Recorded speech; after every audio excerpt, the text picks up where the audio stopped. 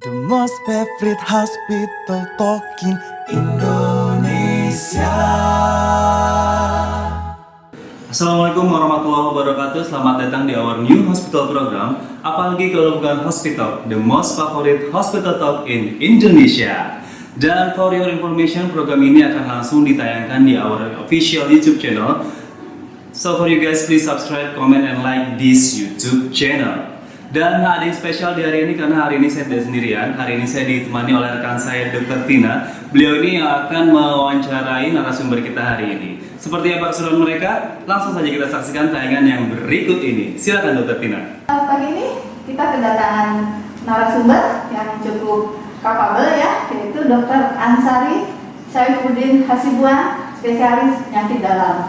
Selamat datang dok. Terima kasih. Selamat pagi, Dr. Agustina. Pagi dok. Terima kasih sudah diundang dok. Sehat ya dok. Alhamdulillah sehat. Iya dok. Jadi pada kesempatan kali ini saya ingin bertanya-tanya, berbincang-bincang Ya. tentang seputar COVID-19 dok. Baik. Ya. Mungkin pertanyaan saya ini juga merupakan pertanyaan banyak orang Ya. di kalangan masyarakat dok. Ya. Yang pertama, banyaknya rumor yang beredar bahwa belakangan ini rumah sakit gampang sekali meng-covidkan pasien. Ya. Nah itu bagaimana ya dok? Apalagi kasus-kasus yang pemulasaran jenazah yang Ya. katanya swabnya belum keluar tapi sudah dilakukan dengan protokol COVID. Ya. Jadi masyarakat banyak yang tidak terima gitu. Jadi mohon dijelaskan dok bagaimana sih sebenarnya screening awal pasien, mana yang dikatakan ODP, PDP, atau sekarang istilahnya suspek dan probable ya dok? Ya. Ya, terima kasih dok atas pertanyaannya. Jadi memang ini salah satu problem di masyarakat kita yang masih banyak yang mungkin karena edukasi yang kurang itu tidak menerima jika keluarganya dikatakan menderita COVID. Padahal tentu kita mendiagnosis COVID itu sudah melalui alur yang jelas gitu dok. Tidak serta-merta dan segampang itu kita mendiagnosis COVID karena ya konsekuensinya itu akan berat sekali gitu jika seseorang didiagnosis COVID, baik untuk pasiennya ataupun untuk tim medis, karena tim medis yang merawat pasien COVID itu juga berisiko tertular dan juga perlu APD yang lengkap gitu dibandingkan dengan pasien-pasien yang non COVID. Jadi tentu screeningnya itu panjang dan kompleks serta melibatkan judgement klinis yang cukup kompleks dari dokter spesialisnya ya, mulai dari anamnesis ya. Anamnesisnya tentu kita harus menilai apakah ada gejala COVID atau tidak seperti demam, kemudian apakah ada batuk, ada sesak, ada gejala-gejala lain yang mungkin tidak khas dok ya. Karena COVID ini dikatakan sebagai penyakit 1000 wajah ya, great imitator, karena memang terkadang gejalanya itu nggak khas dok. Ada yang muncul cuma mual, ada yang muncul datang cuma pegal-pegal gitu. Jadi hal-hal ini yang seorang dokter klinis itu memang harus hati-hati betul ya. Kemudian dari anamnesis ya kita masuk ke pemeriksaan fisik ya, dari demam, apakah suhunya meningkat, kemudian tanda-tanda vital dan sebagainya, dan kita nilai juga dari pemeriksaan penunjang seperti ronsen, dan akhirnya kita akan menuju ke swab ya, swab PCR. Nah tentu dari hasil swab PCR itu kalau positif maka sudah bisa dikatakan betul seorang pasien tersebut atau konfirmasi positif COVID. Jadi tidak serta-merta kita ujuk-ujuk, oh ini demam nih, kemudian kita mengatakan COVID. Nah, nggak bisa seperti itu dok. Ya, jadi memang sudah diatur sedemikian rupa sehingga alurnya itu sudah jelas dan memang cukup kompleks. Dan jika memang sudah terkonfirmasi COVID, maka SOP itu harus dijalankan. Ya, misalnya pasien yang meninggal, ya tentu SOP-nya tidak sama dengan pasien yang non-COVID. Ya, pasien COVID yang meninggal itu harus dibungkus beberapa kali, kemudian yang mengantar juga pakai hazmat, keluarga tidak bisa melihat. Itu semua untuk kebaikan, untuk kebaikan dari keluarga pasien. Ya, kalau misalnya keluarganya kemudian nggak terima ya dengan protokol seperti itu, kemudian dimandikan jenazahnya, tidak dibungkus dengan baik dan sebagainya, resikonya keluarganya tertular juga, ya, dan akhirnya menimbulkan klaster baru, dan seperti itu aja berputar terus-terusnya. Jadi bagaimana pandemi COVID di negara ini akan selesai seperti itu jika masyarakat belum terima anjuran ataupun SOP yang sudah ditetapkan oleh Kementerian Kesehatan. Seperti itu, Dok. Iya. Ya. Ya, kalau untuk kasus konfirmasi dengan PCR itu udah jelas ya, Dok ya. Iya. Cuma mungkin masalahnya selama ini hasil PCR-nya itu agak lama keluarnya, Dok ya. Betul. Jadi sementara PCR belum keluar, itu kan kita sebut suspek atau Betul. probable ya, Dok ya. Iya, jadi sementara menunggu swabnya keluar, jika memang dari gejala dan anamnesisnya itu mengarah ke COVID, maka sementara kita katakan sebagai suspek COVID. Nah, mungkin di situ ada keracunan di masyarakat.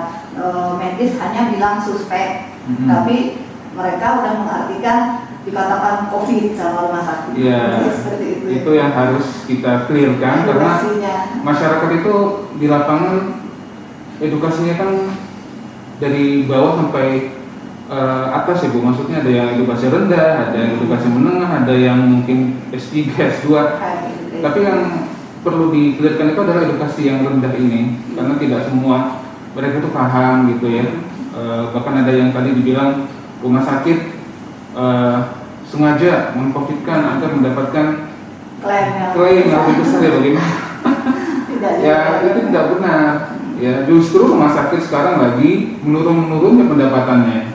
Karena banyak pasien-pasien yang COVID itu justru tidak datang ke rumah sakit. Ya tentu gimana mau mendapatkan pendapatan lebih besar, ya. Justru dengan COVID ini kita rugi besar, gitu. Jadi kalau ada yang mengatakan dokter mengambil keuntungan dari COVID, rumah sakit mengambil keuntungan dari COVID, ya itu berarti dia tidak paham sama sekali mengenai keadaan kita di lapangan seperti apa. Dokter juga sama, dokter juga pasiennya berkurang, ya penghasilan kita juga berkurang. Ya mohon maaf nih, ya inisiatif yang dijanjikan pemerintah juga mohon maaf. Ya semoga nanti kedepannya bisa keluar ya Dok. Melalui podcast ini saya sampaikan, mudah-mudahan bisa direalisasikan ke depannya seperti ini. Iya, terima kasih Dok. Kemudian pertanyaan berikutnya Dok, katanya COVID ini akan selesai wabah ini apabila sudah ditemukan vaksin Dok. Iya. Nah, apakah vaksin ini bisa kita gunakan, misalnya vaksin luar? Katanya kan strain virusnya kan berbeda ya Dok. Itu bagaimana Dok? Ya, jadi mengenai vaksin COVID saat ini memang lagi diteliti lebih lanjut Bu. Kita sekarang itu bekerja sama dengan Cina. Ya, kebetulan di Indonesia itu di Bandung ya bekerja sama dengan Bio Farma dan tim UNPAD itu mengambil subjek di sana. Vaksinnya itu Sinovac ya mereknya, dan saat ini sudah masuk ke uji klinis fase 3 ya. Jadi kalau uji klinis itu ya sobat sekalian ada 1 sampai 4, 1, 2, 3, 4. Nah ini udah masuk fase 3. Fase 3 ini berarti sebenarnya sudah tidak lama lagi diharapkan akan bisa terdistribusi. Ya mungkin sekitar 6 sampai setahun lagi kita bisa mendapatkan vaksin COVID yang terbaru ya. Ya namun ada beberapa kontroversi di sana yang mengatakan salah satunya tadi bahwa strain virus di Indonesia itu berbeda dengan di luar negeri. Ya tentu harus diperhatikan di sini. Saya kira peneliti itu sudah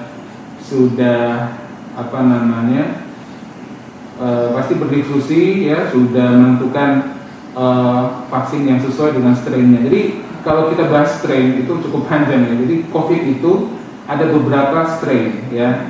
Ada 19A, 19B, kemudian ada 20A, B dan C ya. Nah ini strain ini ya 19 dan 20 ini itu beredar di seluruh dunia ya. Yang harus diperhatikan yang membuat berbeda dari strain ini hanyalah yang saya ketahui itu dari patogenisitasnya gitu. Jadi misal 19A kalau saya tidak salah atau 20 itu lebih berat daripada strain yang lain. Seperti itu efeknya. Efeknya ya, itu berbeda, tetapi tidak menjadi tidak menjadi satu problem yang signifikan untuk membuat vaksin yang baru, karena produknya itu juga gitu loh. Jadi misalkan SARS-CoV-2 diambil peptidnya atau reseptornya itu sama pada dasarnya, cuma yang membuat strain tadi berbeda itu adalah mutasinya. Jadi ada beberapa yang genetiknya berbeda, tapi pada dasarnya produknya itu sama gitu. Maksudnya bahan bakunya antara strain itu sama. Jadi mudah-mudahan ya dengan hal itu vaksin yang dibuat di Indonesia, Sinovac ya, itu dapat efektif juga untuk pasien-pasien kita di Indonesia. Ya. Terus yang berkembang di Indonesia. Betul, jadi diharapkan seperti itu. Ya. Oke, baik dok. Yang terakhir, ada juga yang mengatakan bahwa vaksin influenza dan pneumonia itu bisa membantu kita dok untuk kebal dari paparan virus corona. Ya. Jadi kalau dikatakan kebal tidak ya dok ya, karena vaksin itu adalah terapi pencegahan yang memang spesifik ya untuk satu penyakit tertentu. Misalnya tadi vaksin influenza yaitu pencegahan untuk influenza, vaksin pneumonia pencegahan untuk pneumonia. Tetapi harus diperhatikan bahwa seseorang yang terkena COVID itu biasanya akan mengalami infeksi sekunder. Ya Bu, jadi misalnya dia kena infeksi COVID, biasanya ada pneumonia bakteri juga di situ. Ya, salah satu penyebabnya dari Streptococcus pneumoniae yang itu bisa dicegah dengan vaksin pneumonia. Nah, seperti itu. Jadi diharapkan misal dengan vaksin pneumonia ya, maka jika dia terserang COVID, gejala yang timbul itu akibat infeksi sekunder lebih ringan atau dapat dicegah. Infeksi sekundernya yang bisa betul. Sama seperti influenza. Ya, influenza juga diharapkan dengan kita mencegah influenza maka kekebalan tubuh kita lebih baik. Jadi kita tidak terserang influenza dan resiko terkena COVID juga lebih kecil. Pun jika terkena COVID maka kekebalan tubuh kita lebih baik. Gejalanya akan lebih ringan. Diharapkan seperti itu. Jadi bukan vaksin influenza dan pneumonia mencegah COVID itu tidak ya, tetapi diharapkan mencegah gejala yang lebih berat jika pun nanti terserang COVID. Jadi kalau vaksin COVID itu tadi sudah diteliti ya, dan memang itu spesifik untuk COVID seperti itu. Vaksin COVID yang tadi saya katakan Sinovac ya, yang di Sinovac ya, itu vaksin produsennya Cina ya, dan sedang masuk uji klinis fase 3. Nah itu yang merupakan vaksin yang spesifik untuk COVID-19 ya. Baik dok, terima kasih. Baik Sobat Hospital, rasanya sudah cukup jelas ya dan terang benderang apa yang dijelaskan oleh Dr. Ansari tadi, sehingga kita sebagai masyarakat tidak gampang lagi terpengaruh dengan isu atau hoax yang mendiskreditkan rumah sakit, yang mengcovidkan pasien terlalu gampang, karena semua ada panduannya ya, sesuai dengan SOP yang dikeluarkan oleh WHO dan Kementerian Kesehatan Republik Indonesia. Baik, terima kasih banyak dok atas kesempatan wawancara hari ini di tengah kesibukan dokter dalam berpraktek. Semoga bermanfaat. Iya, terima kasih dok. Baiklah, kita akhiri perbincangan kita pagi ini. Semoga bermanfaat. Assalamualaikum warahmatullahi wabarakatuh. Waalaikumsalam warahmatullahi wabarakatuh. Oke Sobat Healthies, I think that's it for today. I see you again next month. Tetap semangat, jangan lupa cuci tangan, dan lindungi diri kamu dari COVID-19. Have a really nice day. See you next time. I have to get. Bye-bye. Wassalamualaikum warahmatullahi wabarakatuh. The most favorite hospital talking Indonesia.